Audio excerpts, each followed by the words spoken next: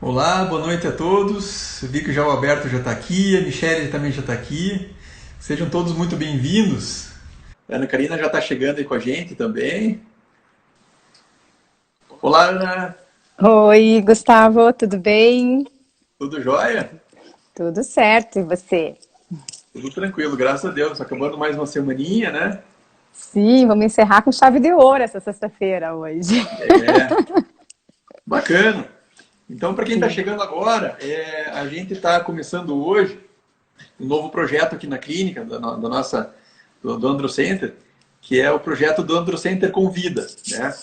Esse projeto do Andro Center Convida, então, a ideia qual que é? É a gente trazer aqui os maiores especialistas na parte de medicina e saúde sexual, né, do nosso país, para conversar um pouco mais a respeito dos temas que a gente aborda, né? E a ideia é a gente fazer uma conversa bastante informal, uma conversa descontraída, para tornar um tema mais palatável e um tema gostoso, para que a gente passe aí os próximos 40, 50 minutos, de um modo bastante agradável, né, aprendendo um pouco mais daquilo que a gente gosta mais de fazer, que é tratar dos nossos pacientes com essas disfunções, né? Então, nesse primeiro episódio, né, eu acho que nada mais justo de trazer a minha companheira de trabalho aqui, que estamos já aí há vários anos juntos pelejando. Há Para quem não alguns conhece, a já, Ana Karina né? Virbon, ela está aqui com a gente. A Ana Karina é uma pessoa sensacional. E eu queria que a Ana Obrigada. Karina se apresentasse agora, Ana. Oi, tudo bem, gente? Então, eu sou médica psiquiatra e há 10 anos eu já trabalho, já atuo na área de sexualidade humana. Então, eu fiz minha formação pela Faculdade de Medicina de São Paulo, pela USP, e fiz formação no CSEX em terapia sexual. Então, aí já tem uns 10 anos que eu estou atuando nessa área, que é a minha paixão, e quero aqui dividir hoje um pouquinho com vocês o nosso conhecimento, né, Gustavo? E sempre que possível poder ajudar e deixar aí alguma mensagem que as pessoas possam estar fazendo uso e vivendo melhor, né? Principalmente a sua sexualidade, que é o nosso objetivo aqui hoje. Então, o objetivo do Andro Center Convida é a gente abordar preferencialmente os temas da sexualidade masculina, né? Logicamente, a gente, vez ou outra, a gente vai abordar a sexualidade feminina também, mesmo porque o relacionamento sexual não é um relacionamento só masculino, né? É o masculino, é o feminino, é o relacionamento não binário também. Isso aí, todos esses temas a gente tem que abordar, né? Porque fazem toda a parte da sexualidade humana, né? E na conversa de hoje, a gente vai falar a respeito de como uma simples falha pode se transformar num monstro, né? E como se transforma, né? A gente vê isso transforma. O tempo todo, né, Gustavo? Verdade. Então, cada vez mais a gente tem entendido no nosso consultório, ainda mais nessa época de pandemia, né, as disfunções sexuais de origem psicogênica, né? E as disfunções sexuais de origem psicogênica, elas têm sido cada vez mais frequentes nos pacientes que nos procuram aqui na nossa clínica. E essas disfunções, boa parte das vezes, elas começam com alguma falha eventual, né? Então, aquela falha eventual, aquela vez que o paciente não está muito inspirado, ele não está muito programado, ele às vezes não está nem muito afim de ter um relacionamento, e ele vai ter um relacionamento de um modo pouco estimulado, no modo que ele não está com muita vontade. Boa parte das vezes ele ingeriu bastante bebida alcoólica, usou algum tipo de droga, eventualmente, né? Isso pode afetar a parte sexual e ele vai falhar. E essas falhas eventuais, dependendo do modo que a pessoa encare isso aí pode eventualmente gerar uma angústia, gerar um estresse muito importante e se transformar em falhas posteriores, né? Então, aquele paciente que acha que já falhou uma vez, que acha que tem alguma coisa errado, vai ter um relacionamento de volta, às vezes ele vai tão estressado para parte do relacionamento dele, que aquele estresse, aquela ansiedade que ele leva para o relacionamento, vai afetar o relacionamento posterior e isso vai virando uma verdadeira bola de neve, né? Então, a ideia da conversa de hoje é como que a gente pode fazer, a gente que lida com a parte de medicina sexual, para tentar interromper esse círculo vicioso da falha, né? Tentar fazer com que essa bola de neve pare de rolar e pare de aumentar de tamanho, e dessa forma esperar a bola de neve derreter e voltar ao estado normal, digamos assim. Exatamente. Tá. Ana, então eu acho que a primeira coisa que quando a gente vai abordar esse tema, a gente tem que entender um pouquinho a respeito do ciclo de resposta sexual humano, né? Você como sexóloga, você consegue explicar para a gente o que é um ciclo de resposta sexual? Claro, vamos lá. Então, para a gente conseguir entender, eu sempre falo, aquilo que é disfuncional, a gente primeiro tem que saber o que é o funcional, né? Para poder encaixar aí aquilo que não tá funcionando. Então, o ciclo de resposta sexual ele é formado por 4 fases. A primeira fase é o desejo. O desejo são as nossas fantasias. Então, é a capacidade da gente imaginar algo, da gente fantasiar, da gente desejar um momento, então, de intimidade, de sexo. Né? A segunda fase é a excitação. A excitação é a resposta do nosso corpo, então, a esse primeiro estímulo que é o desejo, que são as fantasias. No caso dos homens, nós estamos falando na ereção, e no caso das mulheres, nós estamos falando da lubrificação vaginal. A terceira fase é o orgasmo, que seria então aquele momento de ápice, de tensão sexual, né? E depois nós temos a resolução, que seria aquele momento de relaxamento que vem seguido do orgasmo, onde dá aquela sensação de bem-estar, de prazer, de satisfação. Então, essas são as 4 fases que compõem o ciclo de resposta sexual. E aí as disfunções vão acontecer em alguma delas, ou envolvendo mais de uma dessas fases, eventualmente, né? Que aí a gente vai estar conversando aqui um pouquinho com você. Legal. E boa parte da história aí da investigação, da história da sexualidade, acreditou-se que o ciclo de resposta sexual, tanto do homem quanto da mulher, fosse alguma coisa parecida, né? E só no começo dos anos 2000 que acabou se estudando um pouco mais, e as teorias que são aceitas hoje em dia é que os ciclos de resposta sexual da mulher e do homem são um pouco diferentes, né? Então, eu queria que você explicasse um pouquinho isso aí, porque até hoje mesmo veio um paciente aqui comigo que ele se queixou de que em relacionamentos anteriores ele tinha uma namorada que era muito mais assídua para os relacionamentos, uma namorada que tinha lá 3, 4, 5 relações sexuais no dia, né? E na namorada atual, ela tem essa dificuldade, né, de conseguir ter esses relacionamentos, ela acaba freando um pouco mais ele, mas justamente por conta de que talvez o ciclo de resposta sexual da namorada atual é um ciclo de resposta sexual que é diferente da namorada anterior. Então, na namorada anterior, que não precisava ser muito estimulada para atingir a fase de excitação, né, que é a fase da lubrificação, talvez Sim. a namorada atual tenha um pouco mais de dificuldade.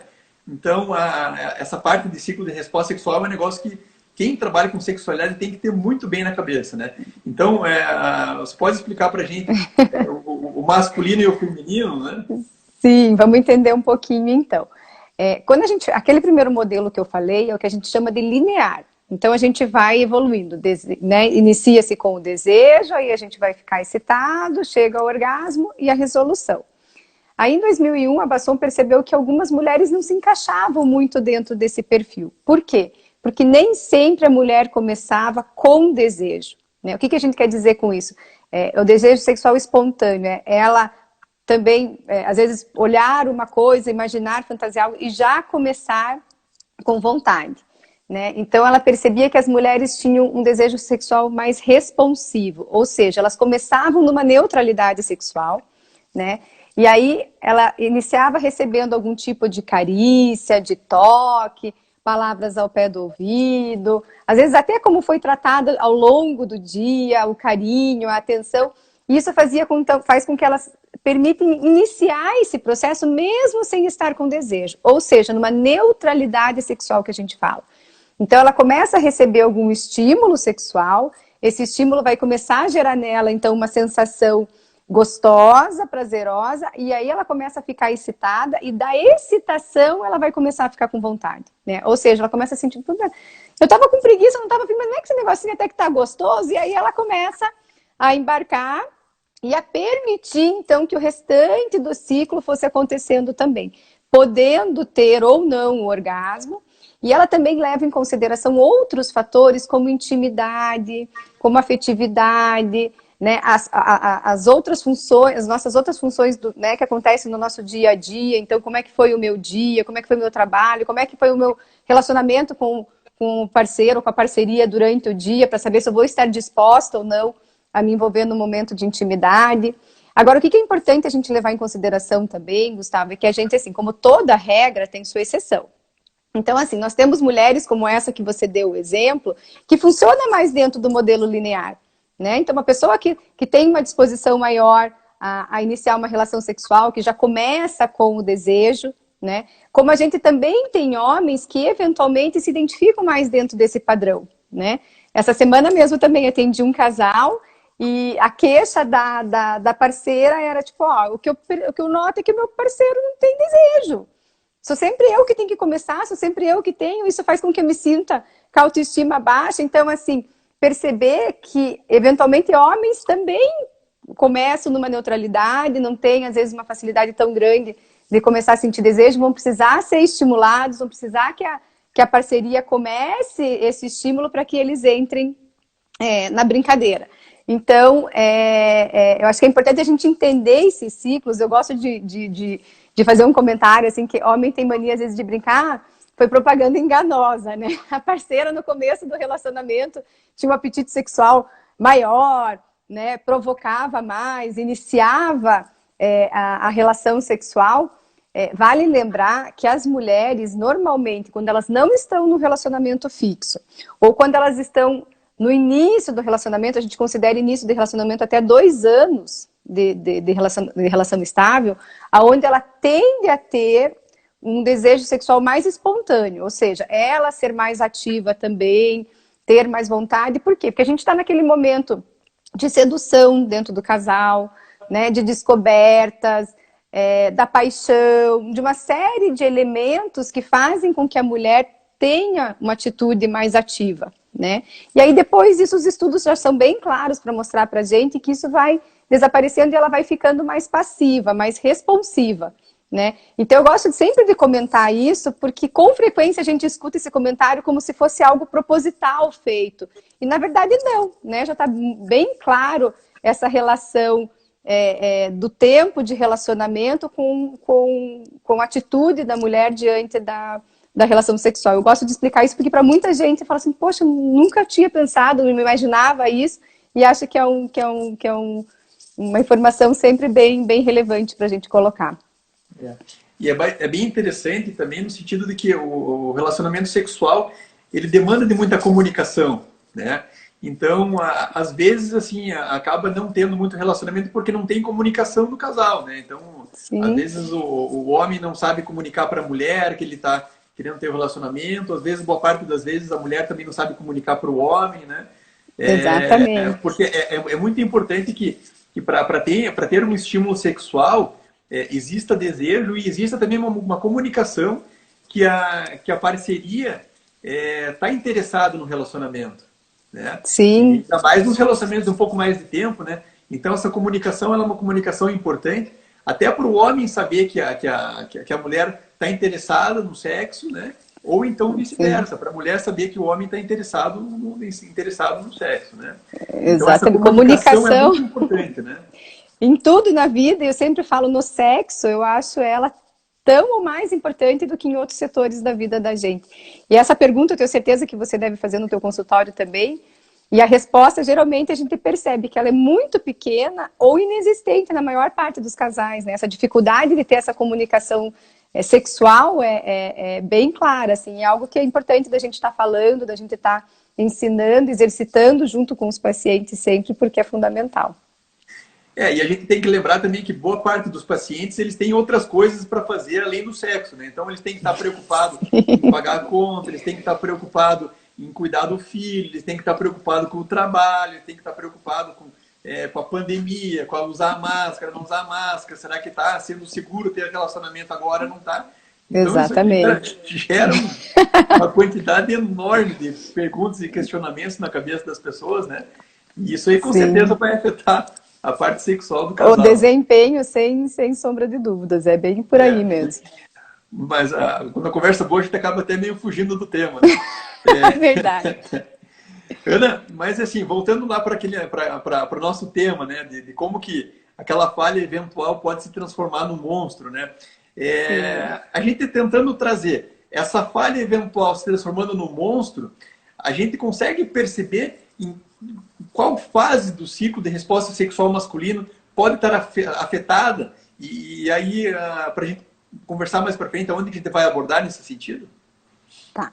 Bom, então, dentro das 4 fases que a gente comentou, né, o desejo, a excitação, o orgasmo e a resolução, a gente pode ter qualquer uma delas afetada. Porém, o que a gente observa? Que mais frequentemente o desejo é a principal, né? Por quê? Como você mesmo comentou no início da conversa, né, às vezes a pessoa vai se expor a uma relação sexual sem realmente estar com muita vontade, né? Ou às vezes um dia que estava assim, que foi um dia pesado, um dia de um problema às vezes no trabalho, ou está passando por uma situação familiar, ou estava lá no meio, que nem eu falo, estava lá no meio do vamos ver, escuta um barulho para os casais que têm filho, às vezes escuta um choro, será que tem passinho andando? Putz, será que eu lembrei de trancar a porta?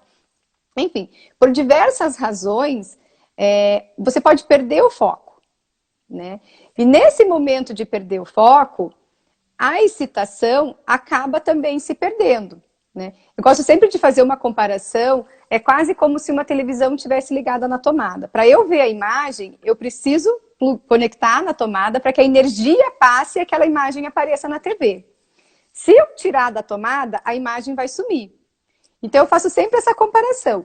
Para que eu tenha, o meu corpo responda, eu tenho que realmente estar focado, eu tenho que estar prestando atenção no objetivo, no foco do meu desejo que está ali, né? Para que então o meu cérebro esteja mandando essa mensagem e o meu corpo respondendo a isso. Se em algum momento eu corto essa mensagem, seja pela razão que for, eu vou interromper e a ereção vai se perder. Aí que nasce o grande problema. Eu sempre brinco assim, que perder a ereção ou a lubrificação para a mulher é a coisa mais normal do mundo. Não tem, até então não temos nenhum problema, né? Mas às vezes a interpretação que foi dada para aquilo, que pode transformar no futuro aquilo um problema, né? Então, por exemplo, a pessoa estava lá durante a relação e algum desses fatores que a gente comentou fez com que ela saísse do foco e ela perdesse a ereção. Primeira coisa que passa na cabeça, eu falo assim, que passa pela cabeça porque os homens não têm nem coragem de pronunciar a palavra tão temida que é brochei, né? Aí vem aquele desespero, tipo, meu Deus do céu, o que aconteceu comigo, né? Não é possível, meu Deus, como é que eu pude brochar aqui agora? Só me falta isso acontecer de novo. Aí eu brinco que nesse instante pula uma pulguinha atrás da orelha daquele homem. O que com certeza ele vai fazer? Ele vai tentar uma nova oportunidade, o mais breve possível, para que ele tire aquela dúvida, porque afinal de contas ele tá com a pulguinha atrás da orelha. E aí ele vai começar essa segunda situação, não movido pelo desejo, que é o que tem que fazer a gente iniciar um momento de intimidade, né? Que é a vontade de se expor aquilo, que é o desejo, que são as nossas fantasias, prestar atenção na pessoa que está ali com a gente, nas sensações dos toques, na troca que está tendo. Não, ele está autofocado, né? O motivo foi, eu preciso checar, ele está olhando ou tocando para esse pênis o tempo todo, né? Eu sempre falo para o paciente, tá, e você ficar fazendo isso, pensando no teu pênis e tocando no teu pênis, ele é fator para te dar desejo? Não, não é. Eu digo, então como é que você quer responder se o teu foco está completamente nisso? Né? E aí o que vai acontecer? Vai falhar. Mas ele tinha o cenário perfeito para falhar, né? Aí, nesse momento que falha, ele foi lá e ele alimentou aquela pulguinha que estava atrás da orelha. Aí, aquele medo que ele estava se confirmou. Aí, ele começa, então, aí, cada vez mais ficando com medo, ficando ansioso, né? Se checando o tempo todo. E cada vez que acontece uma nova falha, aquela pulguinha vai se alimentando e ele vai confirmando para ele todo aquele medo que ele estava do que poderia acontecer. E aí eu brinco que aquela pulguinha em algum momento vai virar um grande elefante nas costas desse homem. E o que a gente tem nesse momento, Gustavo? Nesse momento a gente tem uma disfunção, né? Vale a pena a gente lembrar, para a gente falar que a gente tem uma disfunção erétil, a gente tem alguns critérios, né? Então a gente precisa ter uma dificuldade em ter ou manter a ereção, ou uma diminuição bem significativa da qualidade dessa ereção, por pelo menos 6 meses, né? E isso tem que trazer sofrimento psíquico significativo. Então, naquele primeiro momento, a gente não tinha disfunção. A gente tinha tido uma perda de ereção. Tudo ok, tudo normal. Se naquele instante que ele perdeu, ele parasse e pensasse assim, claro que eu perdi, né? Sei lá, bebi pra caramba.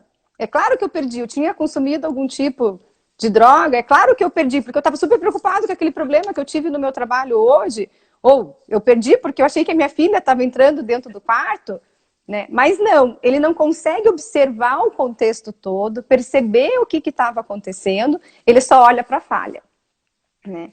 Então, a gente, a partir de uma pequena falha que não teria tido nenhum problema, a gente tem o monstro que a gente brinca, e agora sim, uma disfunção com diagnóstico, cumprindo todos os critérios, porém, sem nenhuma causa da angústia, e lembrando que ansiedade, medo, estresse vai liberar adrenalina também, que é um vasoconstritor, né? Para a gente ter a ereção, a gente precisa de vasodilatação. Então, além do fator de perder o foco, a gente também está tendo um fator fisiológico por trás atrapalhando. Então, começa a virar um conjunto de coisas que favorecem só para dar errado. Né? A gente tem o conceito do paciente adrenérgico, né? Então, o paciente adrenérgico, o que é? Aquele paciente ansioso, aquele paciente tenso, que ele tem uma hiperliberação de adrenalina no sangue, e essa hiperliberação de adrenalina no sangue, ela vai acabar por inibir a ereção, né? Então, a gente tá, a parte médica, né? Então, existem 2 sistemas nervosos, né? O sistema nervoso que a gente não controla, que é o sistema nervoso autonômico.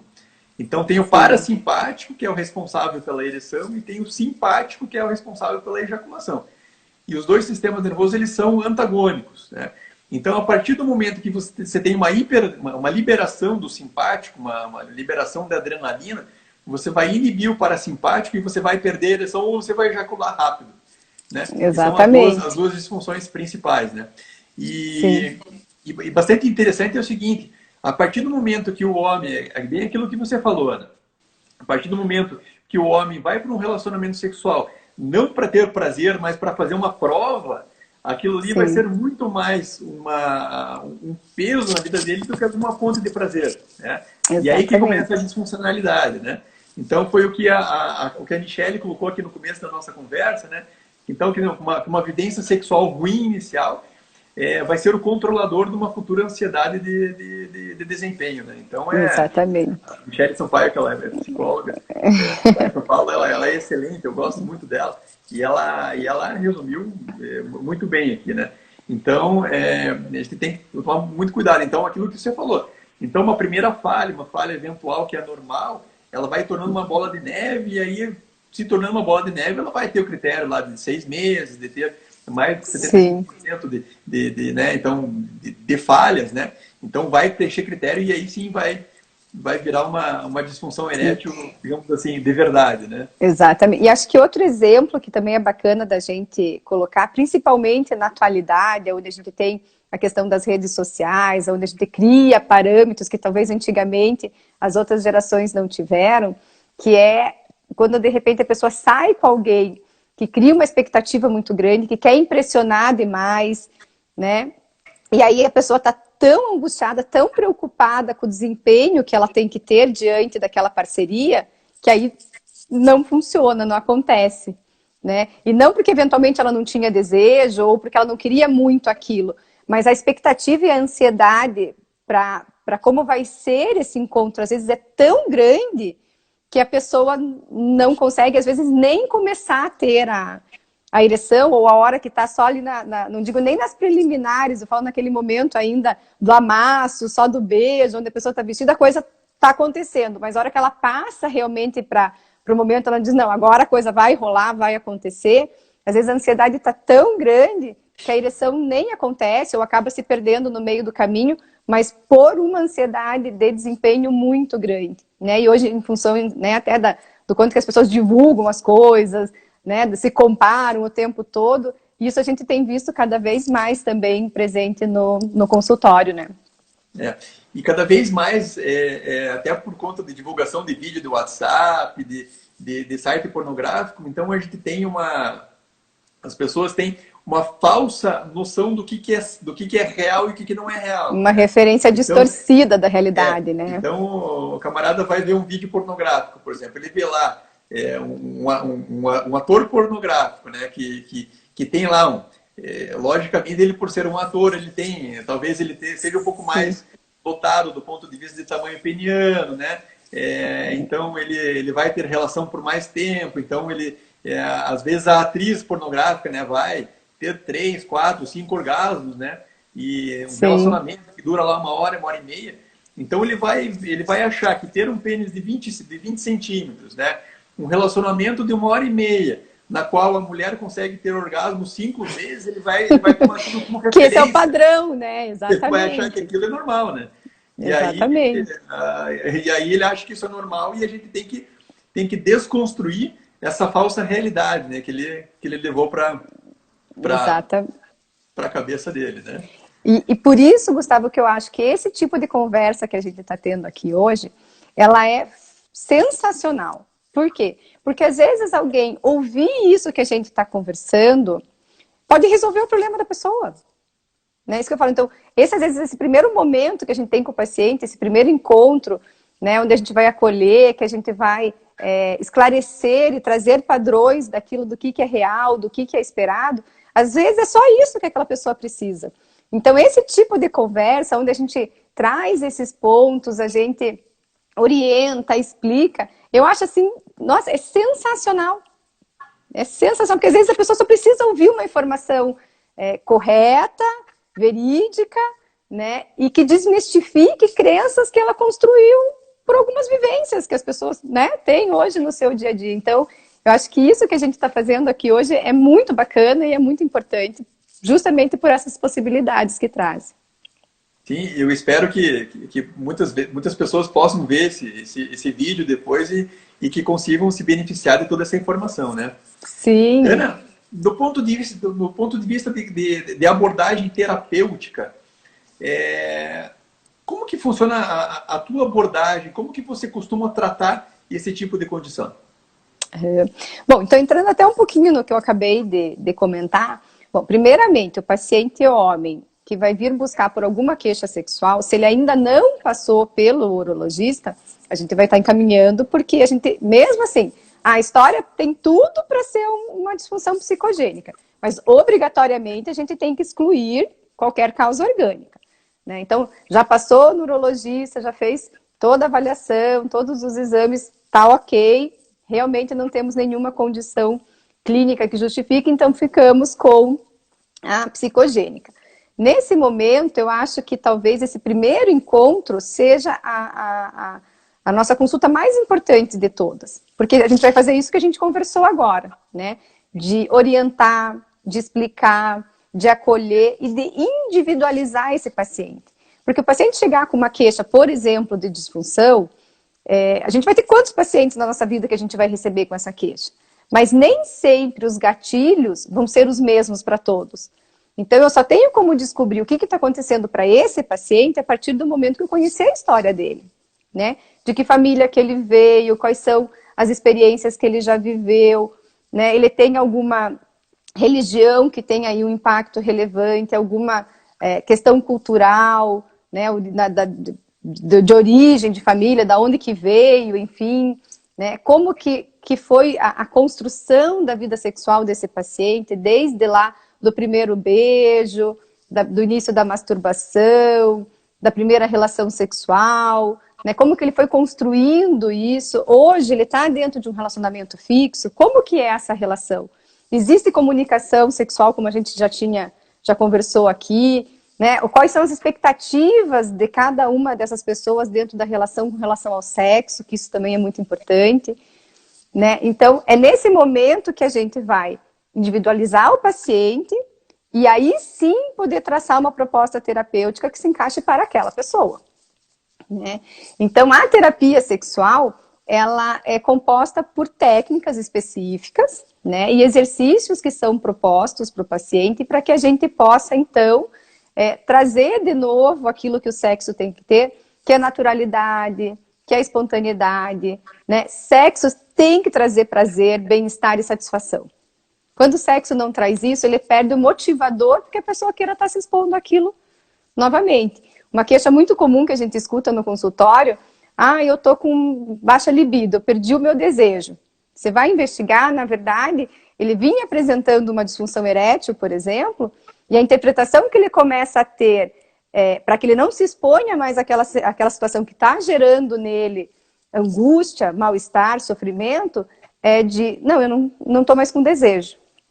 Por quê? Porque se eu não estou com desejo, eu não vou me expor àquela situação que está me gerando mal-estar, né? Um mecanismo de defesa, vamos dizer assim, que o nosso corpo interpreta para que eu não me exponha em uma situação desagradável, né? Então, uma vez que foi feita essa avaliação inicial, que foi identificado que realmente a gente está diante de uma disfunção, né? E não necessariamente só psicogênica, na orgânica a gente também tem indicação da terapia sexual, aí a gente vai fazer a proposta terapêutica com os exercícios e com as técnicas que são bem específicas da terapia sexual. E sempre lembrando que eu acho que é bem importante, porque às vezes as pessoas escutam terapia, elas têm alguma referência até de terapia que já fez ao longo da vida, de algo longo, demorado, que às vezes dura anos, né? A terapia sexual, diferente disso, ela é uma terapia focada e breve. O que isso quer dizer? Focada, a gente vai trabalhar exclusivamente dentro da queixa que o paciente está trazendo. Então a gente vai conhecer esse paciente num todo, mas a gente vai trabalhar, por exemplo, no caso da disfunção erétil, essa queixa, né? E ela é breve porque a gente tem exercícios e técnicas que vão ser aplicados para que a gente chegue nesse resultado no menor tempo possível, né? Acho que isso é sempre importante de lembrar para que as pessoas se sintam mais motivadas a buscar, porque às vezes uma falsa crença, de novo, a gente falando em falsa crença de como funciona, a pessoa fala, mas eu não vou fazer porque vai ser muito demorado, eu quero uma coisa que resolva rápido, até porque mágica, a gente sabe, né, Gustavo, que infelizmente resolver a coisa em um dia não tem. A gente bem que gostaria, toma essa pílula aqui que o teu problema acabou. Não funciona assim, mas também não é uma coisa que a pessoa tenha que acreditar que vai levar anos da vida dela ou muitos meses, porque também não é isso. A ideia é a ideia da multi e da interdisciplinaridade. Exatamente. Eu sempre falo, acho que 90% das vezes que eu dou alguma aula, eu sempre falo que quem faz medicina sexual não consegue fazer medicina sexual sozinho. Não. Tem que ter equipe, né? Cada um tem que focar na sua parte. Eu acho que assim, se alguém tentar fazer de tudo, não vai fazer direito tudo. Não vai fazer bem feito cada um tem que tudo. ter a sua parte bem feitinha, né? Que nem você comentou, por mais que todos os indícios sejam uma disfunção psicogênica, ele precisa ser avaliado, ele precisa ser examinado por um urologista, precisa ver como é que está a questão hormonal. Boa parte das vezes ele tem lá um sobrepeso, ele tem alguma alteração, uma dislipidemia, às vezes uma hipertensão, uma síndrome metabólica. Boa parte das vezes, até aqui na clínica, a gente tem até um nutricionista, que é o Rodrigo. Sim. E boa parte das vezes os pacientes vêm aqui com queixa de uma disfunção sexual, a gente observa que a qualidade de vida deles já não está muito legal, né? Então a gente propõe uma modificação do estilo de vida, a gente propõe uma perda de peso, a gente propõe que ele tenha melhores hábitos de vida para ele poder se sentir melhor. Ele se sentindo melhor, ele vai ter uma vida mais saudável, e ele com uma vida mais saudável ele vai ter mais disposição para ter uma vida sexual mais saudável, né? Exatamente. E uma coisa que você falou agora, né, que eu achei muito interessante, é a gente deixar bastante claro que a boa parte das abordagens hoje em dia são abordagens de terapia focal e breve, né? Que é específico no problema do paciente, né? Quando a gente fala em psicoterapia, né, às vezes a pessoa tem um pouco de receio de psicoterapia porque ela acha que é aquela psicoterapia que não vai acabar nunca. Sim. Que ele vai uma vez por semana, uma vez a cada 2 semanas no terapeuta, o terapeuta vai ficar lá a cada 2 semanas conversando, e aquela coisa que nunca acaba, né? Exatamente. Isso é uma coisa que não existe mais, né? Então, hoje em dia, o que se faz é uma terapia focal e breve, né? Então, uma terapia que tem um objetivo, né? E esse objetivo ele já é alcançado depois de 2, 3, 4 meses, né? Então, é uma coisa que tem tempo para começar e tem tempo para acabar. Não vai ser aquela terapia ad eterno, né? Exatamente. Então, acho que isso é super importante, porque muitas vezes a gente vê assim, as pessoas, a maior resistência é esse medo do tipo, tá, mas meu Deus, vai demorar demais isso. Né? E, como eu falei, e às vezes, numa primeira consulta, só da gente trazer essas informações que a gente está conversando aqui agora, a gente resolveu, a gente pode dar alta para um paciente. Né? Então, desmistificar um pouco essa crença, como várias crenças que existem ligadas à sexualidade, de como funciona o tratamento para as disfunções sexuais, né? Bacana. Então, vendo aqui que a gente teve algumas perguntas aí, a Emanuele Oliveira, que ela é psicóloga, e até ela acabou corroborando, né, e mostrando a importância, né, de você mostrar que nesses casos é a mente que vai falhando antes do corpo falhar. Né? Exatamente. Então, e a gente sabe que tudo que a gente pensa é o primeiro passo para as coisas se realizarem. Né? Então, se você pensa que você está falhando, não tem outra coisa vai que falhar. acontecer que não falhar. Né? Quer dizer, o cenário é perfeito para que a falha aconteça. Vai estar lá e vai confirmar aquela crença que ele entrou já de que iria falhar, né?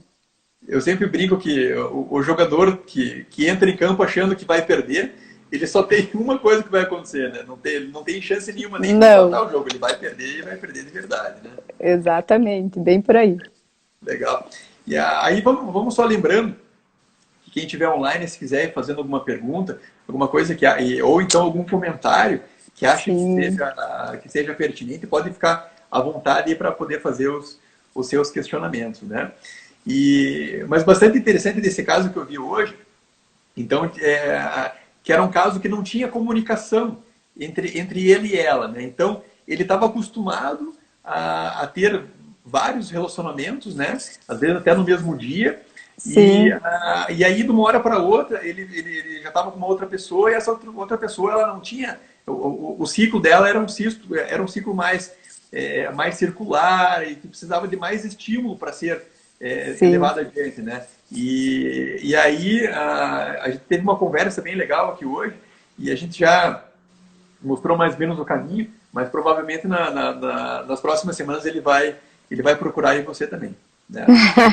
Legal, ficar esperando. Então. Eu adoro que os pacientes venham, até quando a gente estava falando essa questão de ser com o homem ou com a mulher, mas geralmente quando a gente vai tratar um paciente, não importa quem veio buscar, mas que está dentro de um relacionamento estável, a gente sempre vai abordar o casal, porque eu falo, um pode me trazer a queixa, mas a queixa está existindo para os dois, então a gente sempre vai abordar o casal, vai trabalhar isso junto, e eu falo assim, a terapia sexual, ela é uma delícia de ser trabalhada, porque os exercícios são gostosos de serem feitos, a gente acaba agregando e trazendo um monte de coisa legal para o casal, e com frequência a gente escuta no final, fala assim, poxa, hoje a minha vida sexual está muito melhor do que a que eu tinha antes da falha, antes da disfunção, né? Por quê? Porque a gente trabalha justamente isso, a gente trabalha a comunicação no casal, a gente traz a questão de explorar o próprio corpo, de descobrir, né, áreas que a pessoa às vezes nem conhecia, que a gente fala, o outro só tem como saber o que eu gosto se eu falar, se eu mostrar, se eu direcionar, eu também só tenho como saber o que a minha parceria gosta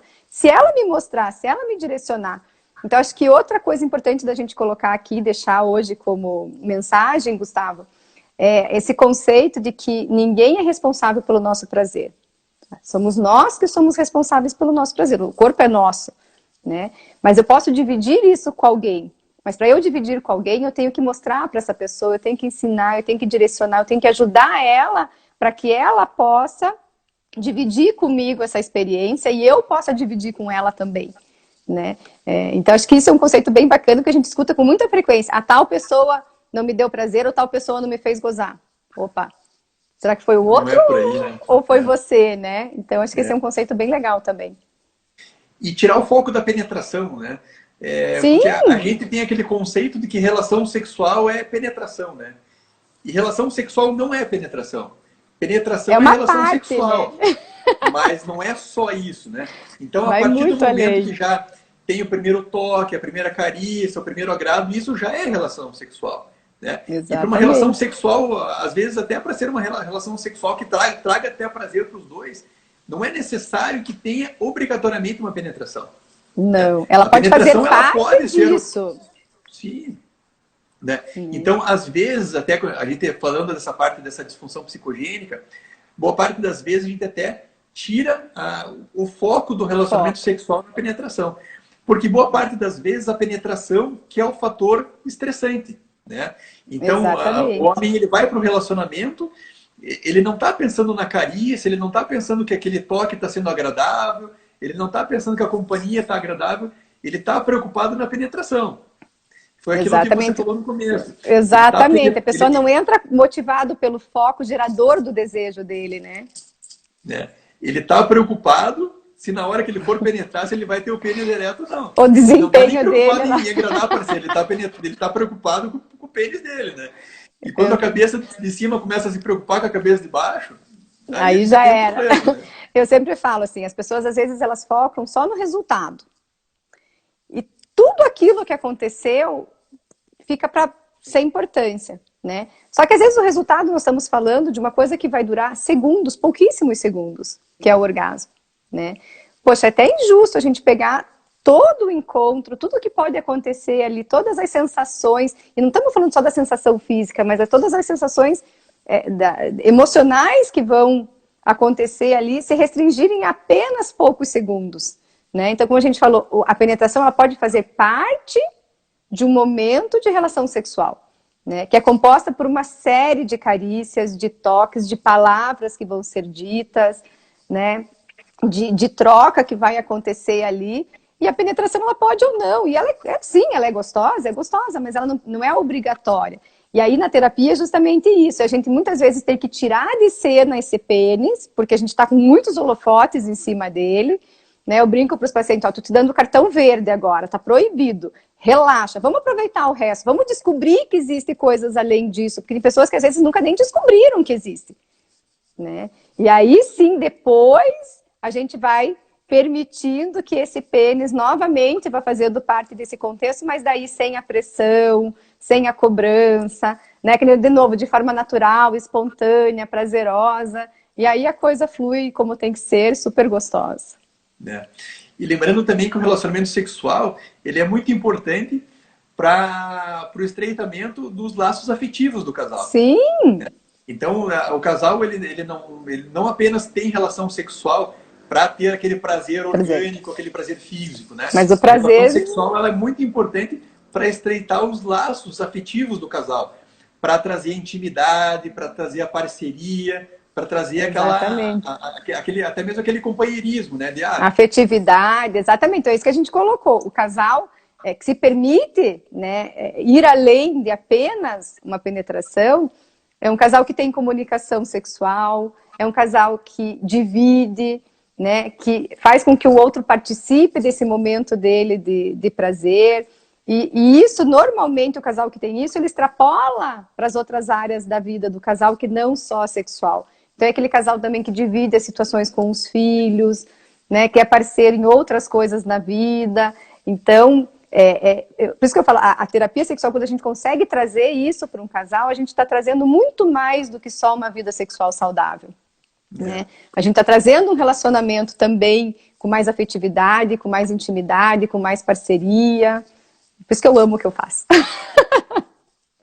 Muito bom. É muito bom a gente gostar do que a gente faz, né? E eu acho que também não faria nada de diferente. Ana, eu queria que você deixasse aí para os nossos espectadores, aí para os nossos futuros espectadores, a tua mensagem final e pode ficar à vontade para as suas mensagens finais, Ana. Então, eu acho que a ideia é essa. Quem está sofrendo com alguma coisa, não fique sofrendo sozinho. Busque ajuda, gente. Tem muita coisa que dá para ser feito. Como a gente disse, não existe a mágica. Quem busca a mágica vai se decepcionar.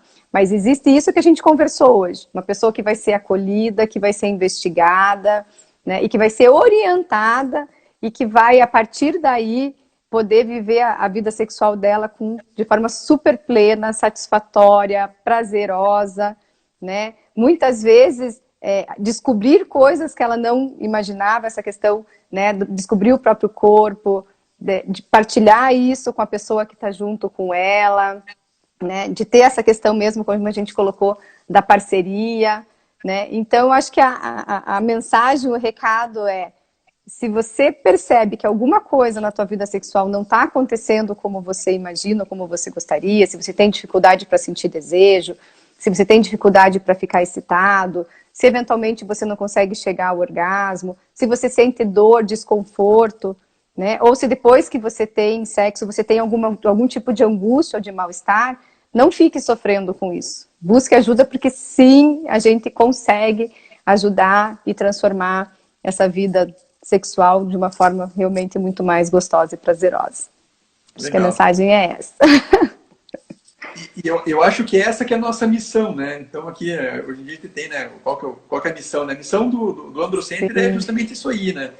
Trazer um atendimento de medicina sexual de qualidade, que a gente consiga abordar o paciente de modo multidisciplinar, que a gente consiga dar um cuidado urológico, dar um cuidado psiquiátrico, dar um cuidado da parte da sexologia, da psicoterapia, mesmo da parte da nutrição. Nós temos vários colegas que são endocrinologistas também, que muito frequentemente a gente pede uma avaliação para eles também, né? Então, esse tratamento multidisciplinar e interdisciplinar que a medicina sexual requer, né? A gente não consegue fazer sozinho, né? E cada vez mais eu tenho certeza que eu escolhi uma companheira certa aí para estar na nossa clínica. Sim, adoro fazer parte também. Fiquei muito feliz com a nossa conversa de hoje. E eu queria convidar também a todos para conhecer o nosso canal do YouTube. Então, lá no YouTube, se você colocar o Androcenter, saúde sexual masculina, então existem vários vídeos meus, vídeos da Ana Karina, alguns vídeos do Rodrigo, também nutricionista, abordando todas essas funções sexuais e essas disfunções sexuais que podem estar correlacionadas aí a todo esse aspecto de medicina sexual, né? Também tem o meu canal do Instagram, tem o canal do Instagram da Ana Karina. Todos nós sempre estamos muito dispostos aí a responder questionamentos, né? Mesmo eventualmente se quiserem fazer uma consulta, podem ficar à vontade, né? Então aproveito também para convidar todos vocês a conhecer todas as nossas mídias sociais aí, que é tudo feito com muito carinho, né? Bem isso, verdade. Então tá bom, já vamos chegando para o final. Então, gostaria de desejar um ótimo final de semana a todos, né? E qualquer dúvida, vocês podem entrar em contato com a gente aqui, ou pelo meu Instagram, aqui, Dr. Gustavo Androcenter Curitiba, ou o Instagram da Ana Karina também, ou então através do meu e-mail, do e-mail da Ana Karina, ou então do nosso canal do YouTube. Tá certo, isso pessoal? Aí, estamos à disposição. Foi um prazer enorme conversar com você aqui hoje. E se alguém precisar, estamos aí prontos sempre para ajudar. Tá certo. E aí nos próximos episódios a gente vai anunciando com alguns dias de antecedência. Mas ó, já vou adiantando para vocês aí que estão aí nos assistindo, que os próximos episódios eles vão ser tão gostosos quanto esse de hoje. Com certeza, vou estar assistindo também. Então tá bom. Um abraço. Tudo de bom para vocês. Tchau, obrigada. Até a próxima. Mais. Tchau, tchau. Tchau.